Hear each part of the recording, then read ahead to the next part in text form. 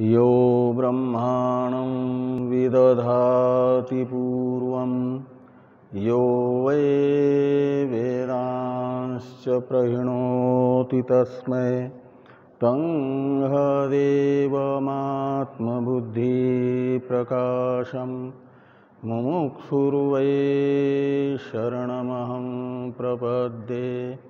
ॐ शान्ति शान्ति शान्तिः। शङ्करं शङ्कराचार्यं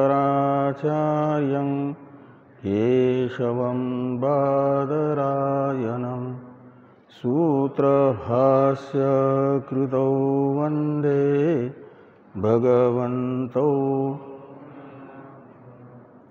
ईश्वरो गुरुरात्मेति मूर्तिभेदविभागिने व्योमवद्व्याप्तदेहाय दक्षिणामूर्तये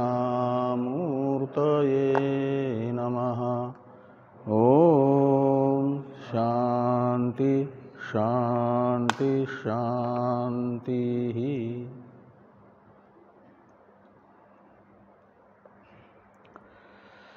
भगवान भाष्यकार के द्वारा विरचित तत्वबोध नामक प्रकरण ग्रंथ की चर्चा हम लोग कर रहे हैं। इस ग्रंथ के उत्तरार्ध में बताया गया कि जीव ही अविद्या के कारण एक आत्मा में जीव ईश्वर की कल्पना करता है और जीव ईश्वर को वस्तुतः ही भिन्न समझता है अज्ञानी जीव।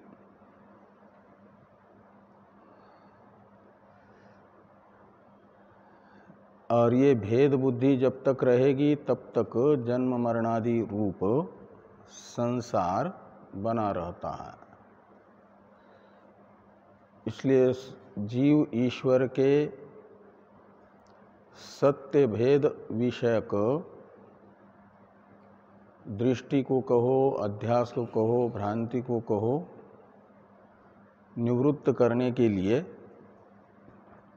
जीव ईश्वर अभेद दृष्टि ब्रह्मज्ञान के साधनों द्वारा प्राप्त करें।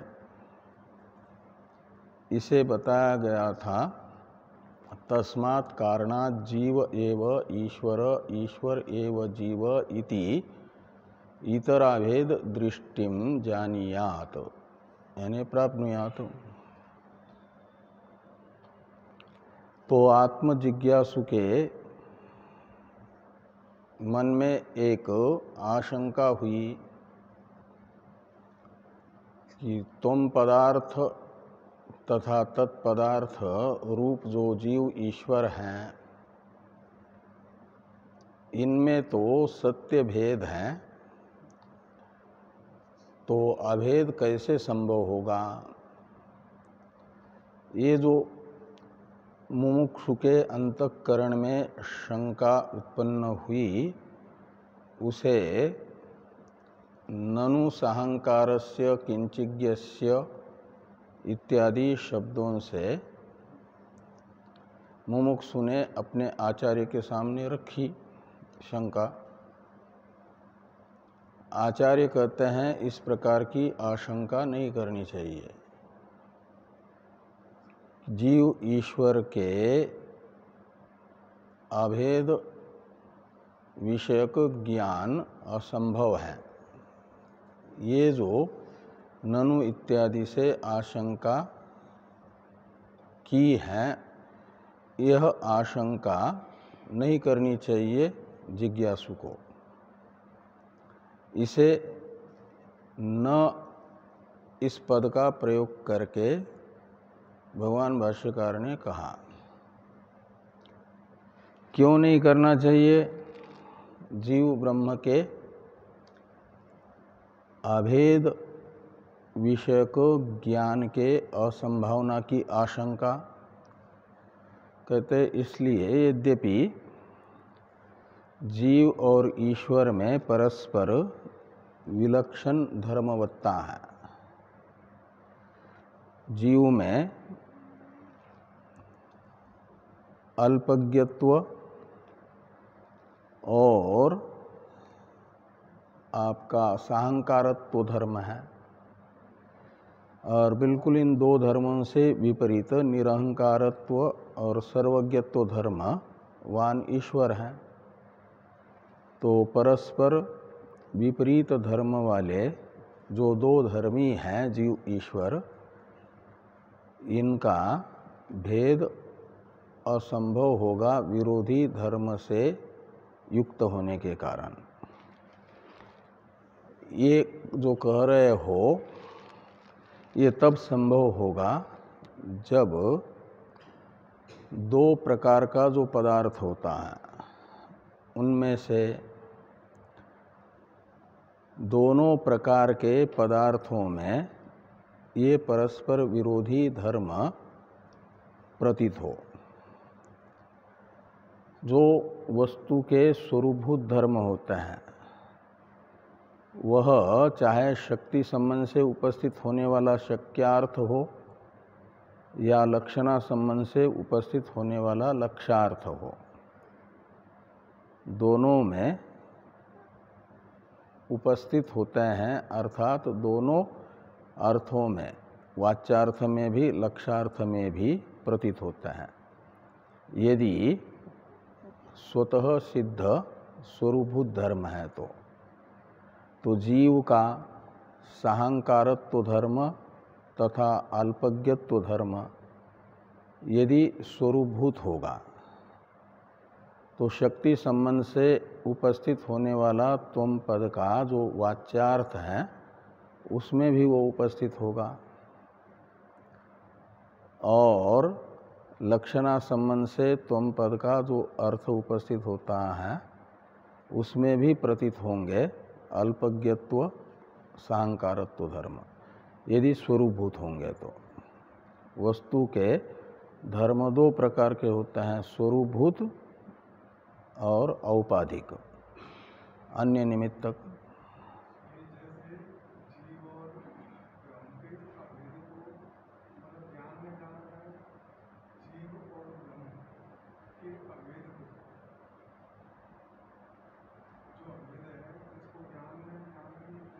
उसको अभेद को, हाँ, अभेद को क्या करना है?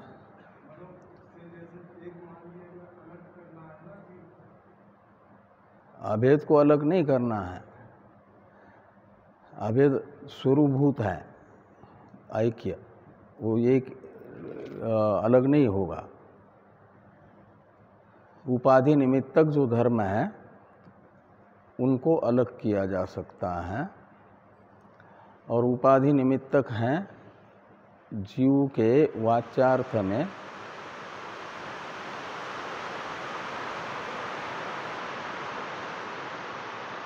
इसकी थोड़ी आवाज़ बढ़ाओ। तो जीव के वाच्यार्थ में, त्वम पद के वाच्यार्थ में प्रतीत होने वाला जो, इतना भी नहीं, जो साहंकारत्व और अल्पज्ञत्व धर्म है, जीव त्वम पद के वाच्यार्थ में प्रतीत होने वाला वह स्वरूपभूत धर्म नहीं है, अपितु औपाधिक धर्म है, यानी अन्य निमित्तक है, उपाधि निमित्तक है। और जो लक्ष्यार्थ है उसमें चैतन्य रूप धर्म है, और वो जो चैतन्य धर्म है वह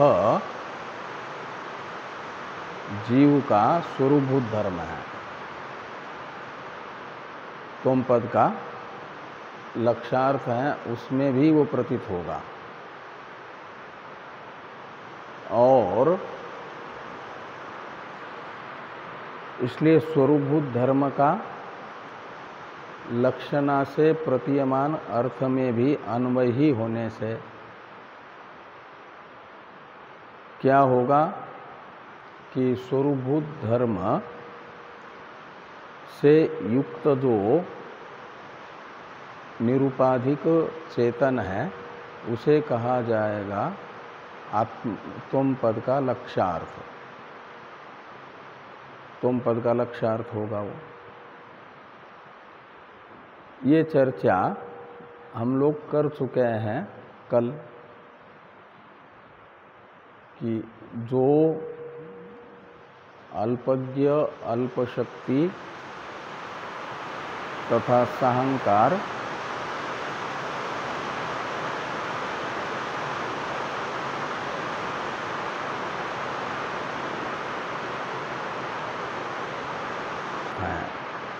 और तत्पद का लक्ष्यार्थ है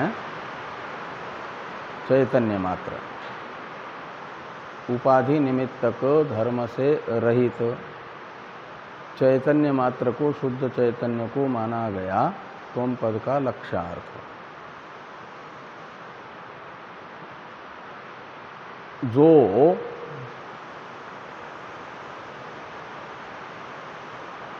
तत्पद है तत्वमसि वाक्य में प्रयुक्त, त्वम पद का तो अर्थ दो प्रकार का समझ में आ गया, बता दिया गया। एक अल्पज्ञत्व तथा साहंकारत्व धर्म से युक्त वाच्यार्थ हुआ, और उपाधि से रहित चैतन्य मात्र लक्ष्यार्थ हुआ। ऐसे तत्वमसि वाक्यांतर्गत तत्पदार्थ भी दो प्रकार का है। एक मायारूप उपाधि को लेकर के प्रतीत होने वाला अर्थ, वो है निरहंकारत्व और सर्वज्ञत्व धर्म से विशिष्ट चैतन्य, वो है तत्वमसि वाक्यांतर्गत तत्शब्द का वाच्यार्थ। और लक्ष्यार्थ होगा तत्पद का लक्षणा से उपस्थित होने वाला अर्थ, वो है निरहंकारत्व और सर्वज्ञत्व धर्म से भी रहित। ये दोनों औपाधिक धर्म हैं, केवल चैतन्य मात्र, वह लक्ष्यार्थ है। तो त्वम पद का लक्ष्यार्थ और तत्पद का लक्ष्यार्थ, इन दोनों में समानता है, एक रूपता है। न तो त्वम पद के लक्ष्यार्थ में अल्पज्ञत्व साहंकारत्व है, और न तो तत्पद के लक्ष्यार्थ में उपाधि निमित्तक निरहंकारत्व तथा सर्वज्ञत्व है। तो दोनों निर्विशेष चेतन लक्ष्यार्थ हैं, तो उनका स्वतः भेद दिखाने वाला कोई विपरीत धर्म नहीं है लक्ष्यार्थ में। इसलिए स्वरूपतः भेद उनका नहीं होगा, अपितु स्वरूपतः अभेद ही रहेगा। और औपाधिक जो भेद प्रतीत हो रहा था भागत्याग लक्षणा से, जिस उपाधि के कारण जीव ईश्वर आपस में भिन्न प्रतीत हो रहे थे, उस उपाधि को छोड़ दिया, उसका जहल लक्षणा से त्याग कर दिया, और अजहल लक्षणा से अविरोधी जो अंश है उपहित मात्र, वो निर्विशेष चेतन है, उसका ग्रहण कर लेते हैं। वो स्वभावतः एक है, स्वरूपतः एक है। उन दो लक्ष्यार्थों में आपस में स्वतः सिद्ध ऐक्य ही है, अभेद ही है। इसलिए ये शंका कि जीव और ईश्वर के अभेद के असंभावना की आशंका अनुचित है। इसे भगवान भाष्यकार बता रहे हैं कि एवं सर्वज्ञत्वादि विशिष्ट ईश्वर। सर्वज्ञत्वादि में आदि शब्द से निरहंकारत्व को लेना, साहंकारत्व का विरोधी। तो ये जो सर्वज्ञत्व तथा निरहंकारत्व रूप धर्म से विशिष्ट चैतन्य है, वह ईश्वर है तत्पद का वाच्यार्थ। तो ईश्वर तत्पद वाच्य। तो ये तत्त्वमसि वाक्यांतर्गत तत्शब्द से सर्वज्ञत्वादि विशिष्ट चैतन्य कौन से संबंध से प्रतीत होगा? शक्ति संबंध से। शब्द का अपने अर्थ के साथ दो प्रकार का संबंध होता है ना।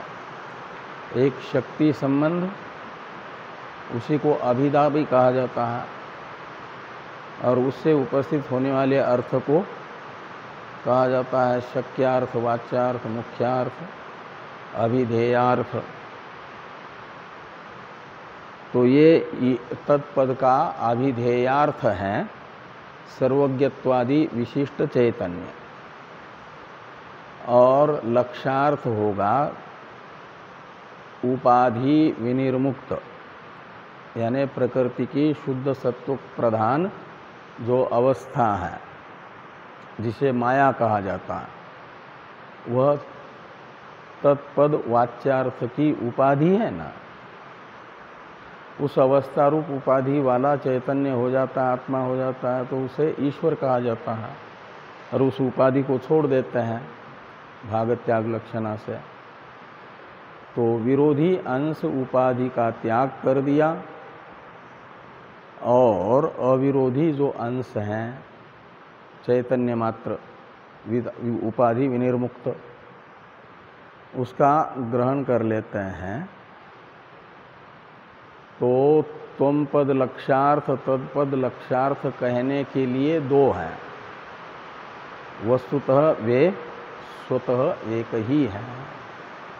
लक्ष्यार्थ में कोई भेद नहीं है। तो लक्ष्यार्थ का जो त्वम पद लक्ष्यार्थ तत्पद लक्ष्यार्थ का जो परस्पर संबंध है, वो क्या संबंध बनेगा? ऐक्य संबंध, अभेद संबंध। वो हो जाएगा तत्त्वमसि वाक्यार्थ।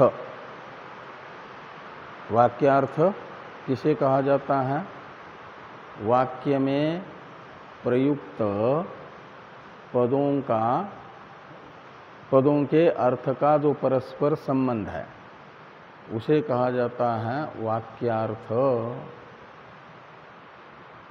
संबंध को। और वो संबंध रूप जो वाक्यार्थ है, वह यदि जो विवक्षित संबंध रूप वाक्यार्थ है, वह यदि वाक्य में प्रयुक्त पदों के वाच्यार्थ को लेकर के ही उपपन्न हो, सिद्ध हो, तो लक्षणा करने की आवश्यकता नहीं होती। और यदि वाच्यार्थ को लेकर के विवक्षित जो वाक्य में प्रयुक्त पदार्थों का संबंध रूप वाक्यार्थ है, वह अनुपपन्न हो, असिद्ध हो, सुनिश्चित न हो रहा हो, तो लक्षणा की जाती है। और लक्ष्यार्थ को लेकर के विवक्षित जो वाक्यार्थ हैं, वो निकाला जाता है। तो तत्त्वमसि वाक्य का विवक्षित अर्थ क्या है? ऐक्य संबंध। तत्पदार्थ त्वम पदार्थ में परस्पर ऐक्य रूप संबंध, यह तत्त्वमसि वाक्य का विवक्षित अर्थ है। विवक्षित अर्थ कहा जाता है तात्पर्य विषयभूत अर्थ को, तात्पर्यार्थ को। तो तत्त्वमसि वाक्य का तात्पर्य किसमें है? अभेद में, किसके अभेद में?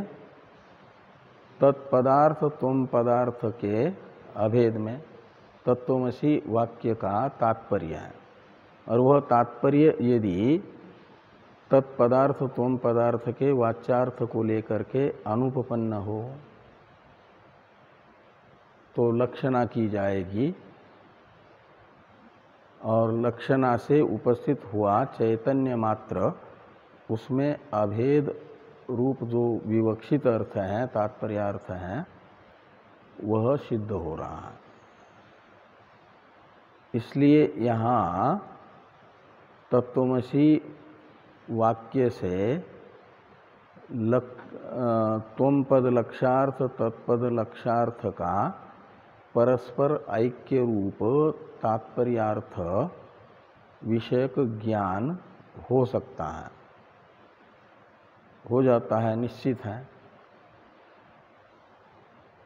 तो इस प्रकार का विचार करके तत्पद पदार्थ त्वम पदार्थ के परस्पर ऐक्य रूप संबंध का ज्ञान प्राप्त करें तो क्या होगा? जन्म मरण रूप जो संसार है वो समाप्त होगा। जब तक तत्पदार्थ त्वम पदार्थ का भेद ज्ञान रहेगा तभी तक जीव का जन्म मरणादि रूप संसार है। और जब जीव ईश्वर का अभेद रूप तत्त्वमसि वाक्य का तात्पर्यार्थ सुनिश्चित होगा, तात्पर्यार्थ का साक्षात्कार होगा, उससे भेद ज्ञान जन्म मरण का हेतुभूत मिट जाएगा, निवृत्त होगा। तो जन्म मरण की समाप्ति हो जाएगी, मोक्ष होगा। तो इस प्रकार लक्ष्यार्थ को लेकर के वाक्यार्थ की सिद्धि होने से ये शंका करना उचित नहीं है कि जीव ईश्वर का अभेद ज्ञान कैसे होगा, यानी असंभव है। इस प्रकार की असंभावना विषयक आशंका नहीं करनी चाहिए, अभेद के असंभावना विषयक आशंका नहीं करनी चाहिए। ये यहाँ पर कहा गया न स्थूल सूक्ष्म शरीराभिमानी त्वमपद वाच्यो अर्थ उपाधि विनिर्मुक्तम समाधि दशा संपन्नम शुद्ध चैतन्यंच त्वमपद लक्षो अर्थ एवं सर्वज्ञत्वादि विशिष्ट ईश्वर तत्पदवाच्य उपाधि शून्यम शुद्ध चैतन्यंच तत्पद लक्ष्यम। तो इस प्रकार ये वाच्यार्थ लक्षार्थ तत्पद तथा त्वम पद का बताया गया। और यहाँ वाच्यार्थ को लेकर के अभेद असंभव है, इसलिए लक्षार्थ को ले रहे हैं। तो कहते एवंच लक्षार्थम आदाय, यानी त्वम पद का लक्षार्थ चैतन्य मात्र, तत्पद का लक्षार्थ भी उपाधि विनिर्मुक्त चैतन्य मात्र, और उसको आदाय यानी अजहल लक्षणा से ग्रहण करके, आदाय का अर्थ होता है ग्रहण करके, स्वीकार करके, अंगीकार करके क्या होगा?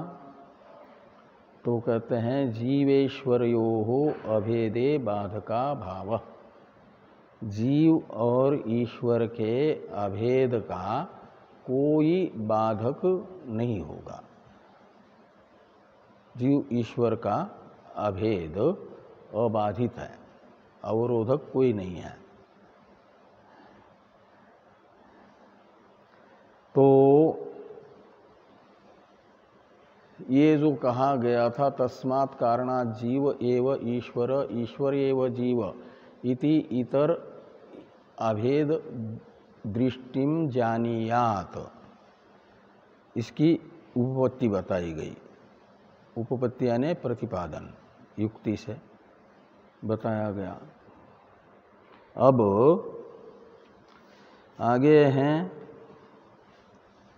एवं वेदांत वाक्यैः सद्गुरूपदेशेन सर्वेषु अपि भूतेषु येषां ब्रह्मबुद्धि उत्पन्ना ते जीवन्मुक्ता इति उच्यन्ते।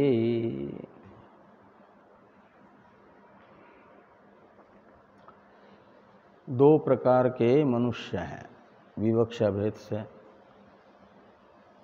एक है बद्ध मनुष्य, जितने मनुष्य हैं उनके दो प्रकार। एक प्रकार होगा बद्ध मनुष्य। बद्ध किसको कहते हैं? बंधन युक्त, अपने आप को बंधन से युक्त समझ रहा है, उसे बद्ध मनुष्य कहा जाएगा। और एक है मुक्त। तो बद्ध मनुष्य, मुक्त मनुष्य, ऐसे दो प्रकार के मनुष्य हैं। उनमें से एक का लक्षण समझ में आ जाए तो वो लक्षण जिसमें घट रहा है वह माना जाएगा उस कोटि वाला, वो नहीं घटता जिसमें वो दूसरी कोटि वाला हो जाएगा। तो मुक्त का लक्षण पूछा गया कि मुक्त कौन है। तो मुक्त का लक्षण बता रहे हैं जीवन मुक्त का कि यह लक्षण जिसमें समन्वित होगा उस मनुष्य को मुक्त समझना। तो वो लक्षण जिसमें समन्वित नहीं होगा वो हो जाएगा बद्ध। और मुक्त का जो लक्षण बताया जा रहा है वो जिसमें समन्वित हो जाएगा उसे कहा जाएगा जीवन मुक्त, यानी जीते जी मुक्त, जीवन मुक्त कहलाता है। तो बता रहे हैं जीवन मुक्त का लक्षण। एवं वेदांत वाक्यैः सद्गुरु उपदेशेन सर्वेषु अपि भूतेषु येषां ब्रह्मबुद्धि उत्पन्ना ते जीवन मुक्ता इति उच्यन्ते।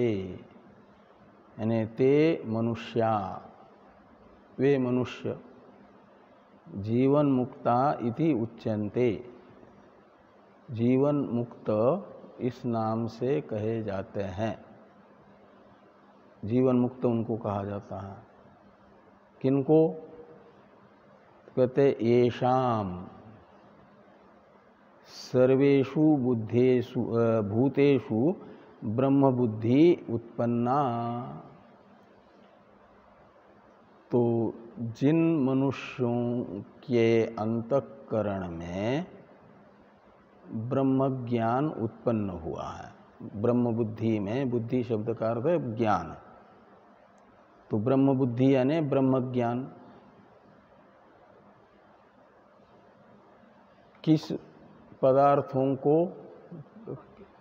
देख करके ब्रह्म ज्ञान उत्पन्न होगा, यानी कौन से पदार्थों को ब्रह्म समझेगा? तो कहते हैं सर्वेषु भूतेषु। भूत शब्द का अर्थ है यहाँ पर संसार, पूरा कार्य, अनात्मा मात्र भूत शब्द का अर्थ है।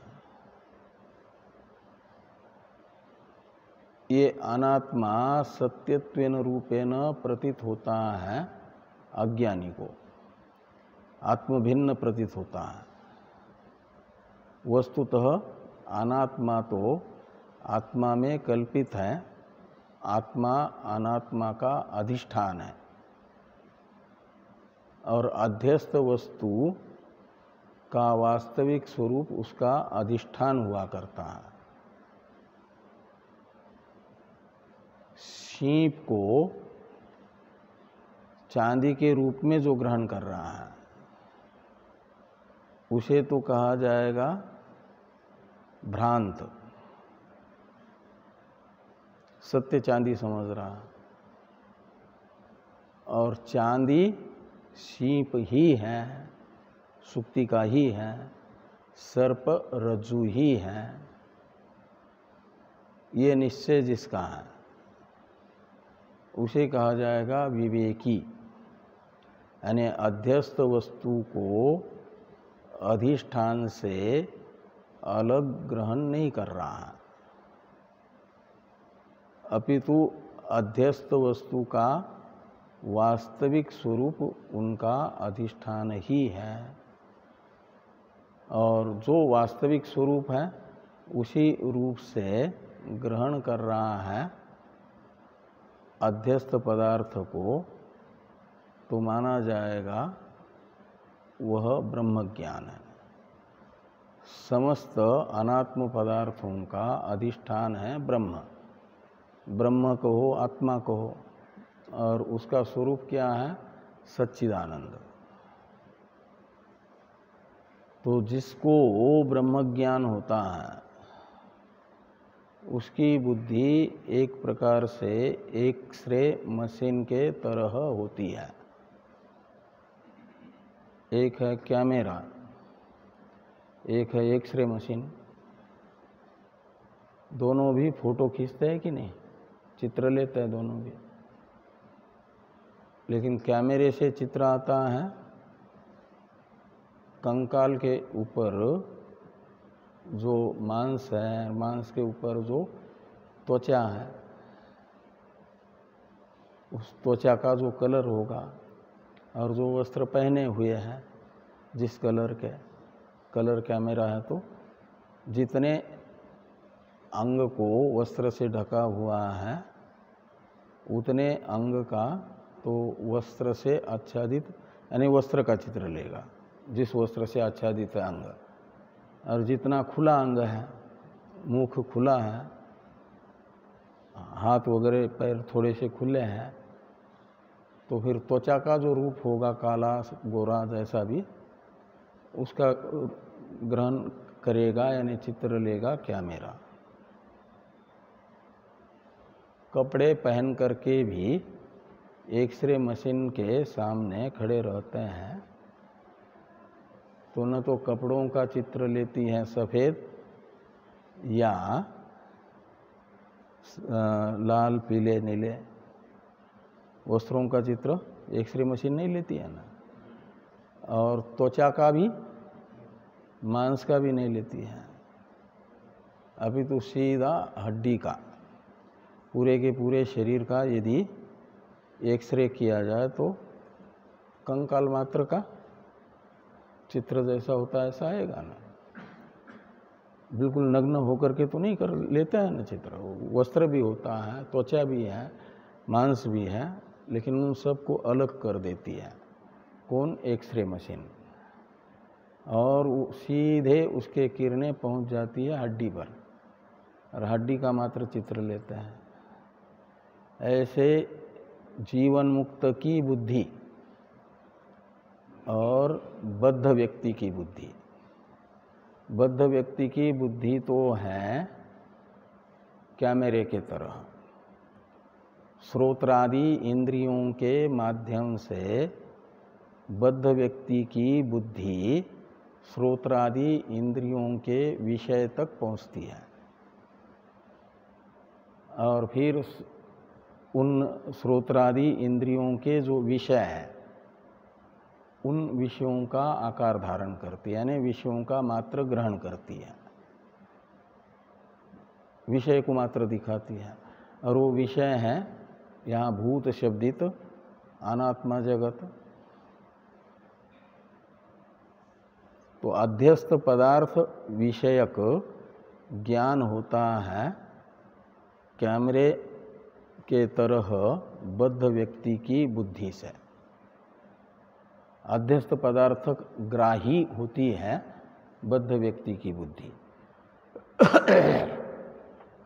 और जीवन मुक्त की बुद्धि भी श्रोत्रादि इंद्रियों के माध्यम से जाती है शब्दादि अनात्म पदार्थों में, लेकिन वहाँ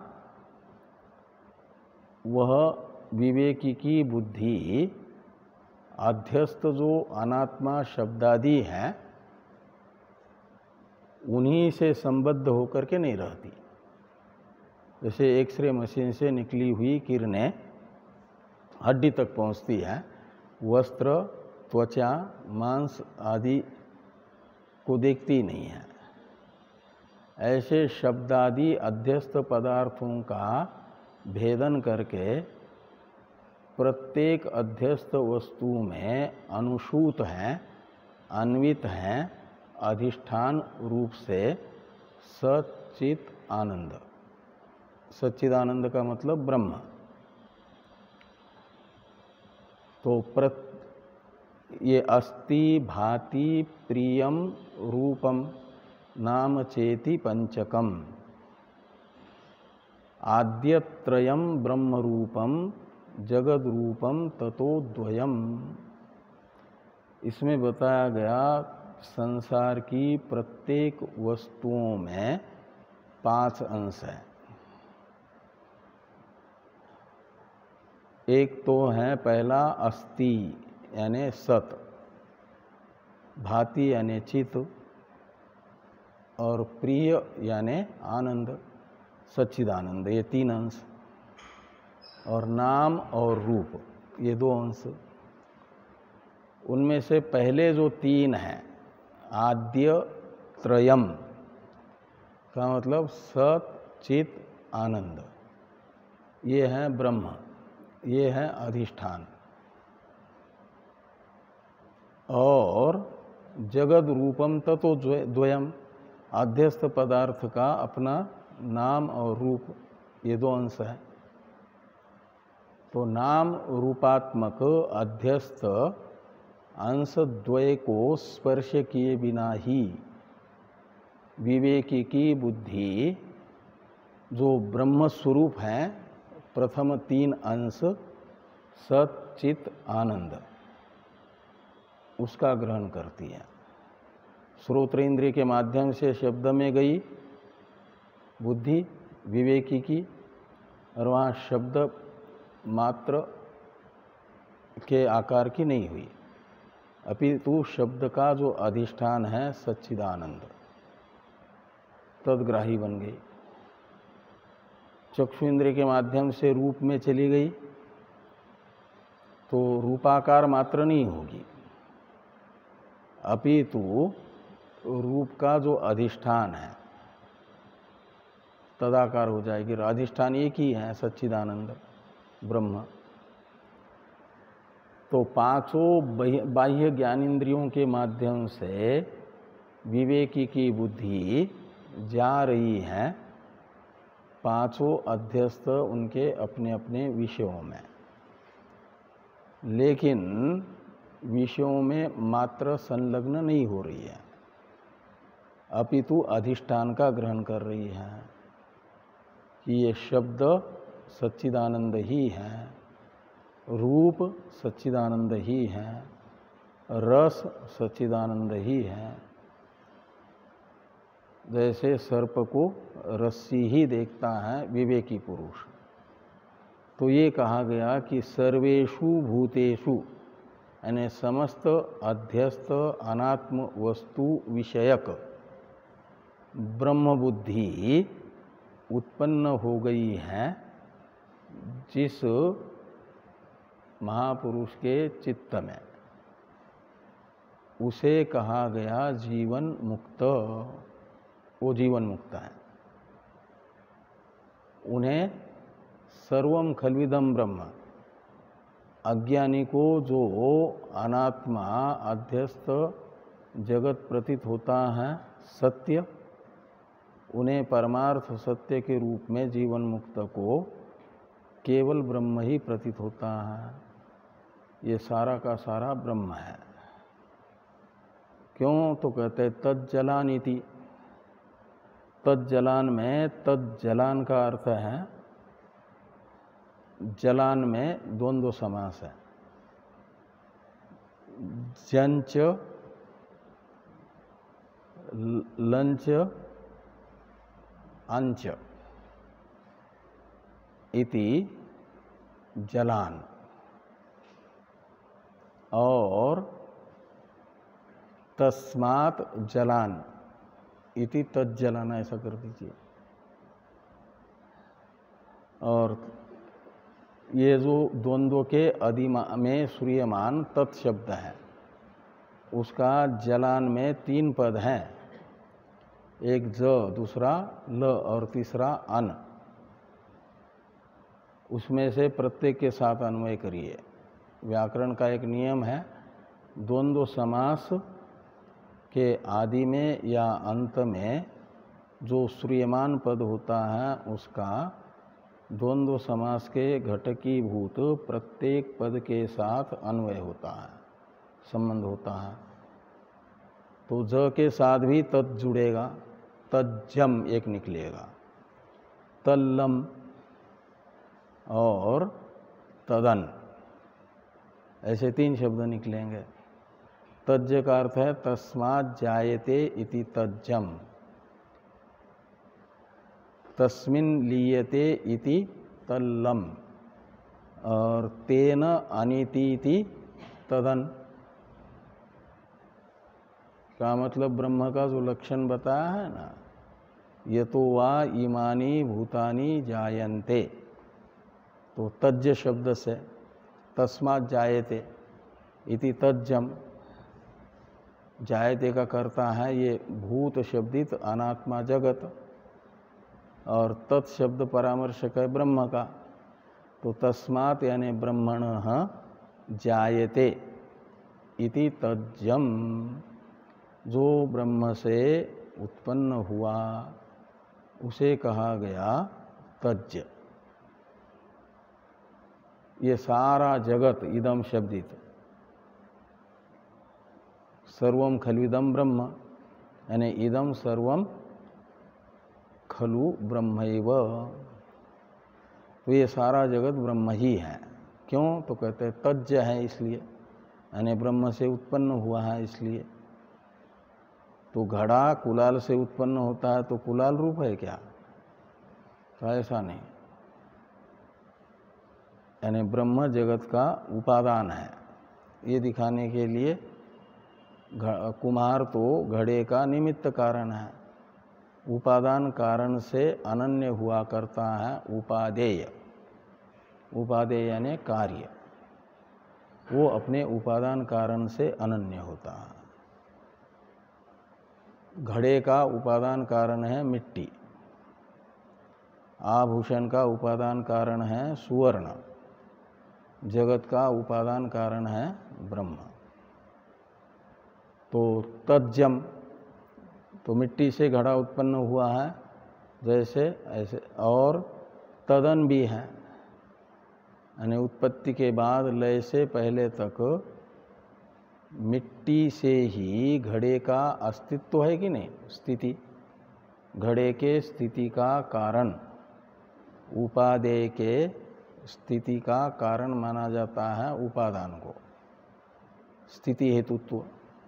ये न जातानि जीवंती से बताया गया, तेन अनीति इति तदन, का मतलब ब्रह्म से ही जगत का अस्तित्व है, स्थिति है।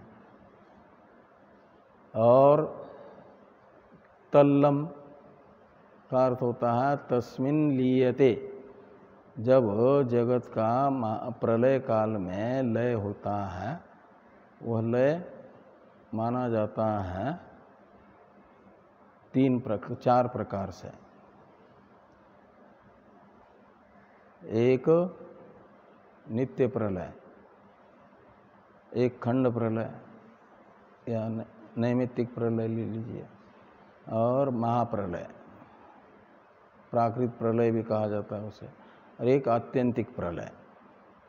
नित्य प्रलय है हम लोगों की नींद, नैमित्तिक कहो या खंड प्रलय कहो ब्रह्मा जी की नींद, और महाप्रलय है इस कल्प का जो अंत हो जाता है, उस समय महाप्रलय, प्राकृत प्रलय। और आत्यंतिक प्रलय होता है ब्रह्मज्ञान से, ब्रह्मज्ञान होने पर ब्रह्म ही शेष रहता है। तो तस्मिन् लीयते इति तल्लम, तो ब्रह्म में ही जब ब्रह्मज्ञान होता है तो जगत कहाँ जाता है? ब्रह्म में ही लीन होता है, ब्रह्म रूप ही था। जैसे रस्सी का ज्ञान होने के बाद रस्सी के अज्ञान से भासमान सर्प कहीं भाग करके बिल में जाता थोड़ा ही है, तो रस्सी ही उस रूप में अज्ञान से भास रही थी, वो रस्सी रूप ही हो जाता है, रस्सी ही है।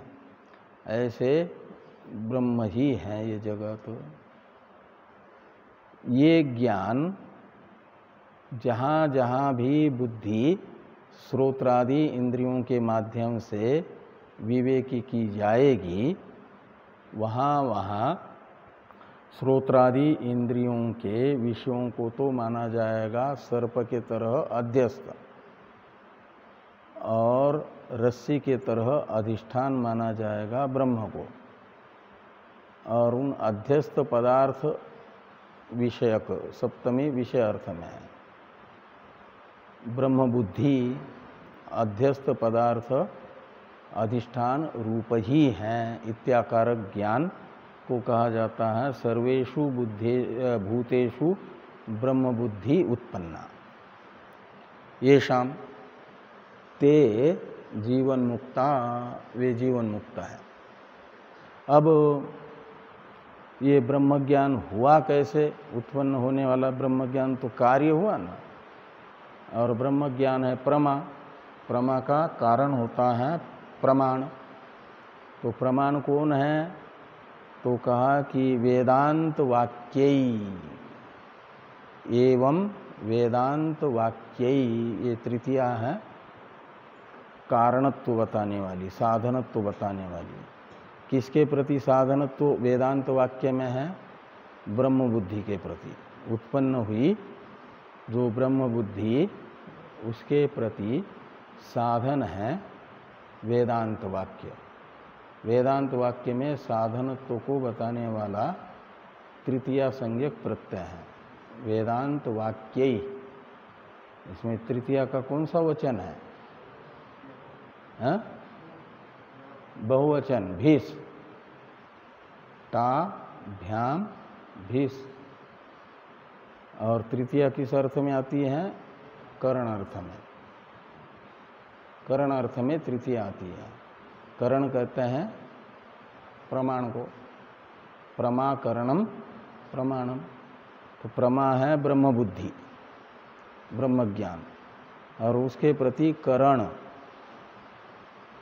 वो है वेदांत वाक्य। वेदांत वाक्य से ब्रह्म ज्ञान होता है। कौन से वेदांत वाक्य से?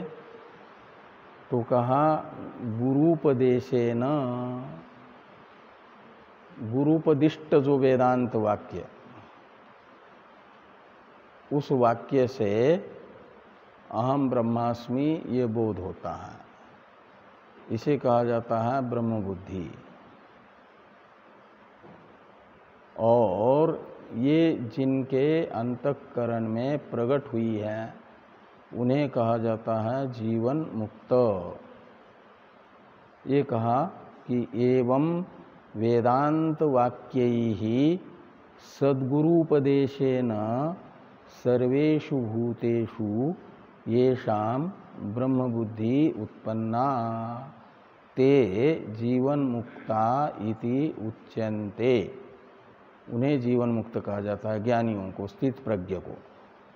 गीता के 2 अध्याय के स्थित प्रज्ञ, 12वें अध्याय के ज्ञानी भक्त, 14वें अध्याय के त्रिगुणातीत मनुष्य, और यहाँ जीवन मुक्त शब्द से बताए गए ये स्थित प्रज्ञ, ज्ञानी भक्त, त्रिगुणातीत और जीवन मुक्त, ये 4 अलग अलग नाम हैं, लेकिन ये 4 अर्थ अलग अलग नहीं है।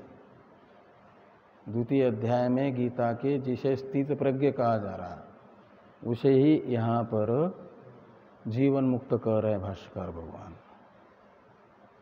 भगवान कृष्ण ने 12वें अध्याय में उन्हें ही अद्वेष्टा सर्वभूतानां मैत्रः करुण एवच से ज्ञानी भक्त कहा है, और 14वें अध्याय में त्रिगुणातीत कहा है।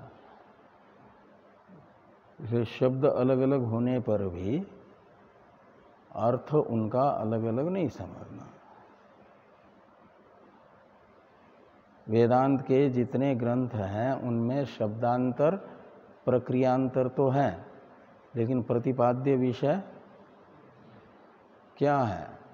ब्रह्म सत्यम जगन मिथ्या जीवो ब्रह्मैव न अपरः। ब्रह्म सत्य है, जगत यानी अनात्म पदार्थ मिथ्या है, और जीव ब्रह्म रूप ही है, ब्रह्म से अलग नहीं है। इसी अर्थ को अलग अलग शब्दों का प्रयोग करके और अलग अलग प्रक्रियाओं के माध्यम से यानी प्रतिपादन करने की विधा तो बदल जाती है, शब्द बदल जाते हैं, लेकिन इन प्रक्रिया अंतर के द्वारा तथा शब्दांतर के द्वारा प्रतिपाद्य विषय वही है। तो चाहे स्थित प्रज्ञ कहो, जीवन मुक्त कहो, अलग अलग नहीं समझना, एक ही।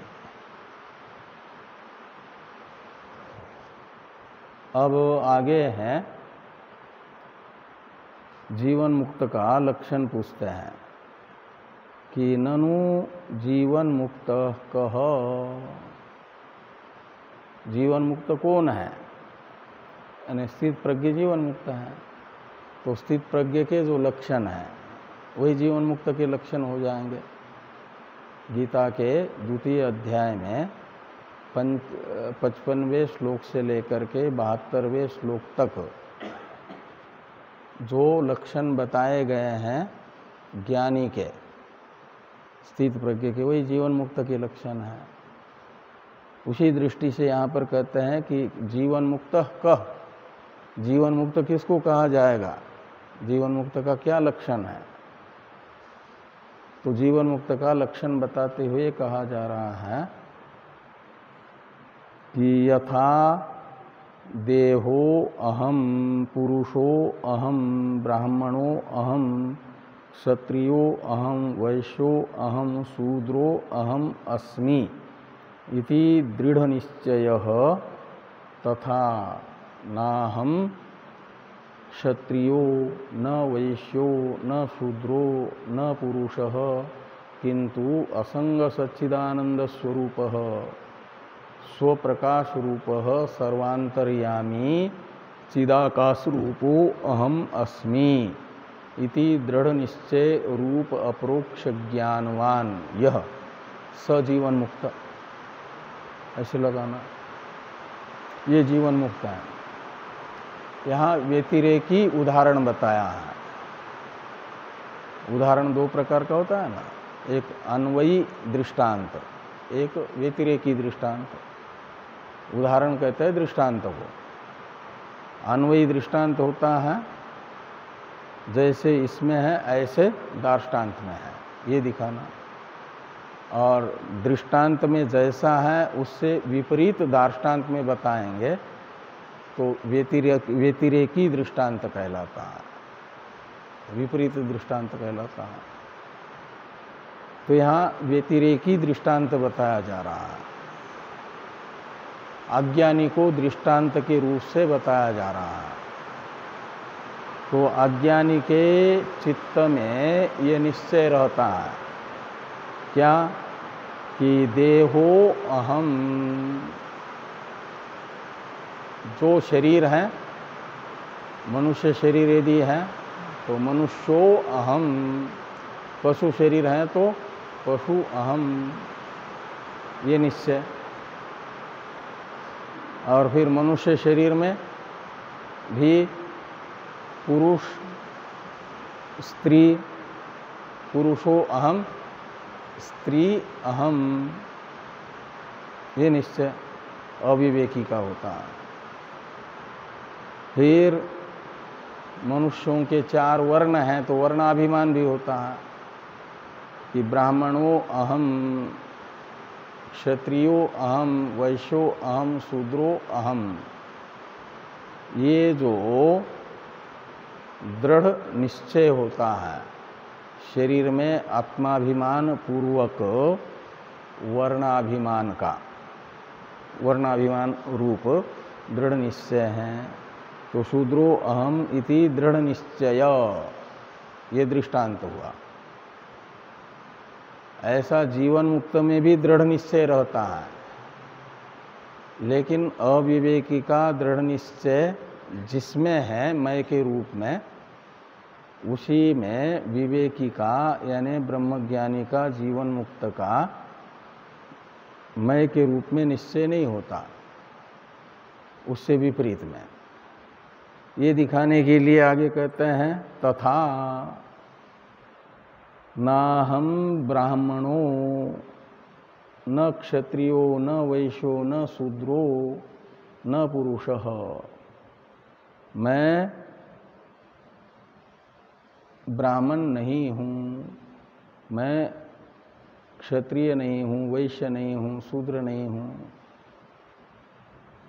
अपितु और पुरुष भी नहीं हूँ। ये तो सब अन्नमय कोश है ना, और अन्नमय कोश के वर्ण है, सूक्ष्म शरीर के भी नहीं है। प्राणमय कोश का भी वर्ण नहीं होता है ना। आज ब्राह्मण वर्ण में यदि है तो ये ब्राह्मण शरीर छूटने के बाद हो सकता है शूद्र भी बन जा, और शूद्र ब्राह्मण बन जा। तो इसलिए वर्ण माना जाता है किसका? शरीर का ही, स्थूल शरीर का, अन्नमय कोश का। तो तत्तद वर्णाभिमान जैसे अज्ञानी में दृढ़ होता है, ऐसा दृढ़ आत्माभिमान, वर्णाभिमान जिसका नहीं है, मनुष्य शरीर में भी नहीं है, और तो फिर उसका दृढ़ाभिमान कहाँ रहेगा? कहते किंतु सच्चिदानंद स्वरूप स्वप्रकाश सर्वांतर्यामी चिदाकाश रूपो अहम अस्मि इति दृढ़ निश्चय रूप अपरोक्ष ज्ञानवान। तो ये मनुष्यादि शरीर में और वर्ण में, आश्रम में अभिमान तो नहीं है, अविवेकी का जैसे होता है, बद्ध का जैसे होता है ऐसा, किंतु इसके अहम अभिमान का विषय बनेगा ब्रह्म। ब्रह्म के उपलक्षक शब्द बताए हैं असंग, सच्चिदानंद स्वरूप, सर्वांतर्यामी, स्वप्रकाश और चिदाकाश रूप। ये सब ब्रह्म के परामर्शक शब्द हैं। इनकी चर्चा हम लोग करते हैं कल। ओम पूर्णमदः पूर्णमिदं पूर्णात् पूर्णमुदच्यते पूर्णस्य पूर्णमादाय पूर्णमेवावशिष्यते। ओम शांति शांति शांति ही। शंकरं शंकरा केशवं सूत्रभाष्य भगवन्तो पुनः पुनः ईश्वरो गुरुरात्मेति मूर्तिभेद विभागिने व्योमवद्व्याप्तदेहाय दक्षिणामूर्तये नमः। ओम शांति